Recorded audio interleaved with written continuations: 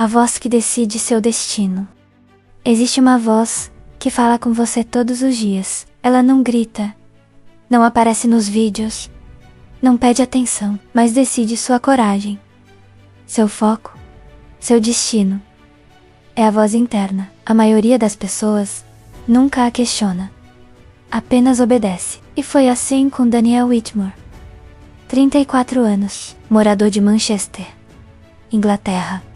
Ele não era fraco, não era preguiçoso, não era ignorante, mas estava preso num diálogo invisível que o mantinha pequeno, sem perceber.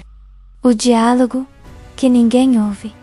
Poucas pessoas percebem isso, mas a conversa mais importante da sua vida é aquela que ninguém escuta. Não é a que você tem com seu chefe, com sua família ou com o mundo. É a que você tem consigo mesmo, todos os dias, em silêncio. Essa voz interna nunca para. Ela julga, critica, motiva ou destrói. E o pior, a maioria nem percebe que está ouvindo um inimigo disfarçado de si próprio. Foi assim com Daniel Whitmore. Trabalhador, incansável, inteligente o suficiente para resolver problemas complexos no trabalho. Disciplinado para acordar cedo e ir à academia. Pagar contas em dia. Por fora, tudo parecia no lugar. Um homem comum que dá conta de tudo. Mas por dentro, a narrativa era cruel. Você sempre atrasa, porque os outros conseguem, e você não evolui. Você não merece mais do que isso. Daniel não estava falhando dramaticamente. Ele estava estagnado, preso num ciclo onde o esforço externo era enorme, mas o interno insistia em sabotar.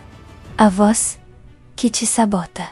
Imagine acordar às 6 horas da manhã.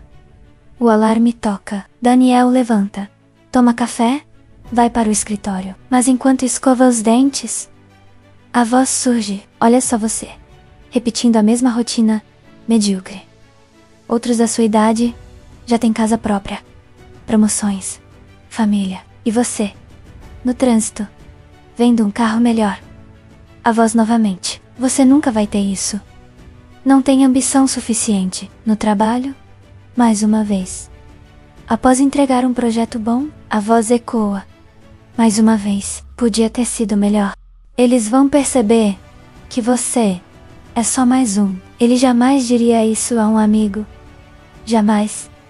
Mas consigo mesmo, era implacável, sem piedade.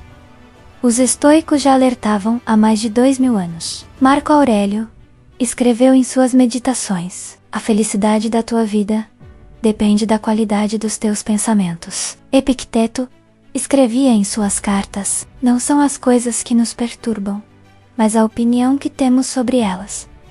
Daniel permitia que sua mente repetisse o pior. E a mente se torna aquilo que você repete. Resultado: ansiedade constante, decisões hesitantes, energia que vaza antes mesmo de tentar. Ele não era preguiçoso, era vítima do próprio diálogo interno.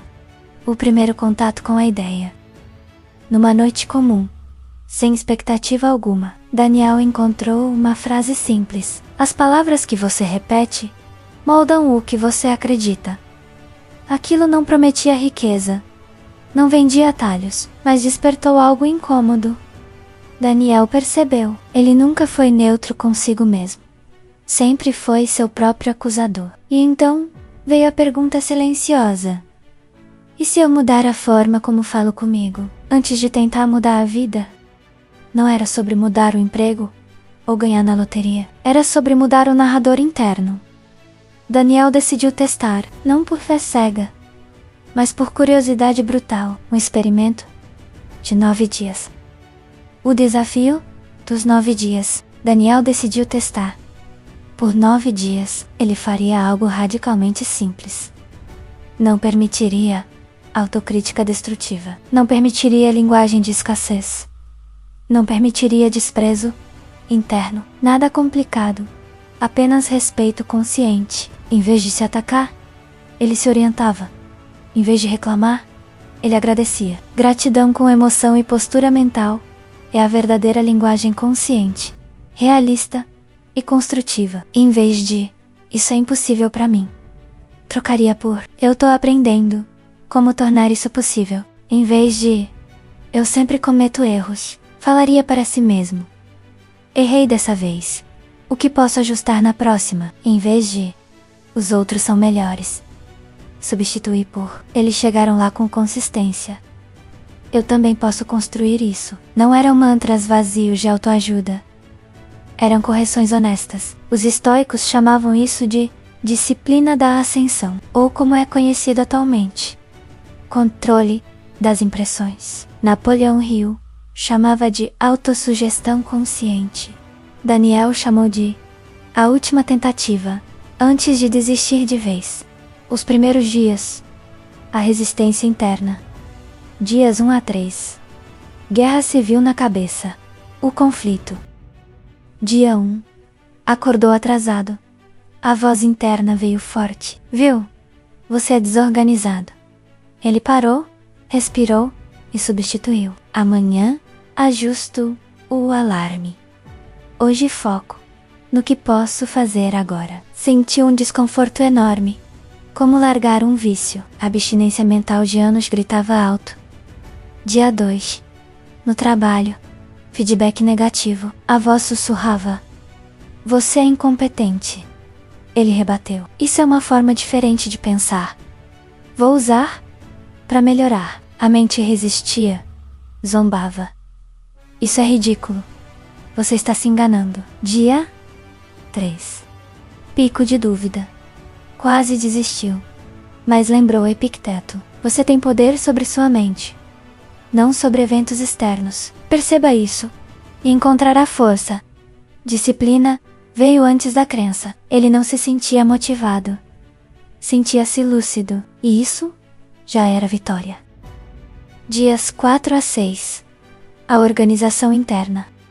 Algo mudou. Daniel reagia menos. Observava mais. Escolhia melhor. Ele começou a perceber o quanto desperdiçava energia, brigando com o que não podia controlar. Agora, focava no essencial. Os estoicos chamavam isso de focar no que depende de você. A gratidão não o deixava passivo.